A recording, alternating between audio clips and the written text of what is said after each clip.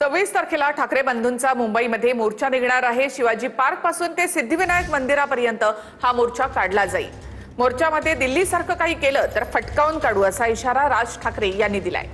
तर मोर्चामध्ये पालकांनी सुद्धा सहभागी व्हावं असं आवाहन राज ठाकरे यांनी केलंय। दिल्लीमधील जंतर मंतरवर विद्यार्थ्यांचं आंदोलन सुरू असताना मुंबईमध्ये ठाकरे बंधूंनी रस्त्यावर उतरण्याची घोषणा केली आहे। सीजेपीच्या समर्थनार्थ मुंबईमध्ये उद्धव ठाकरे आणि राज ठाकरे 26 मार्चला मोर्चा काढणार आहेत। ठाकरे बंधूंनी आज संयुक्त पत्रकार परिषद घेऊन या मोर्चाची घोषणा केली आहे। ठाकरे बंधूंच्या या मोर्चामध्ये कोणत्याही पक्षाचे झेंडे नसतील। हा मोर्चा दादरच्या शिवाजी पार्क पासून सुरू होणार आहे। त्यानंतर सिद्धिविनायक मंदिर चौकामध्ये या मोर्चाची सांगता होणार आहे।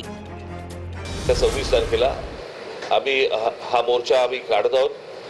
हा मोर्चा निघेल शिवाजी पार्क शिवतीर्थावरून हा निघेल आणि हा मोर्चा जाईल सिद्धिविनायकाच्या इकडे। तिथे जाऊन आम्ही देवाला साकडं घालणार आहोत की या सरकारला सुबुद्धी देव।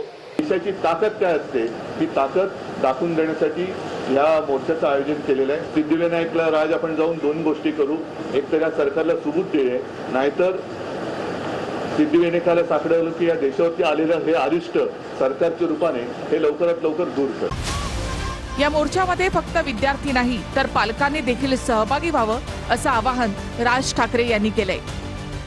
मला असं वाटतं विद्यार्थ्यांबरोबर आवाहन करीन की पालकांनी देखील याच्यामध्ये सामील व्हावं। आणि मी तुम्हाला सांगतो 26 तारखेला जर असे कोणी घुसवण्याचे प्रयत्न केले ना, फटकावून काढणार। कळलं का?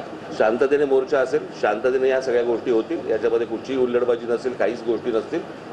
पण उद्या जर समजा दिल्लीसारखं इथे काही करायचा प्रयत्न केला, आमचे लोक सोडणार नाहीत। दरम्यान या मोर्चाच्या घोषणेनंतर मुख्यमंत्री फडणवीसांनी उद्धव ठाकरे यांच्यावर जोरदार टीका केली। मी फक्त आठवण करून देतो, या राज्यातला सगळ्यात मोठा टीईटी घोटाळा उद्धव ठाकरे मुख्यमंत्री असताना झाला आणि IAS अधिकाऱ्यापासून सगळे त्याच्यामध्ये सामील होते। इतका मोठा घोटाळा राज्याच्या इतिहासात झाला नाही।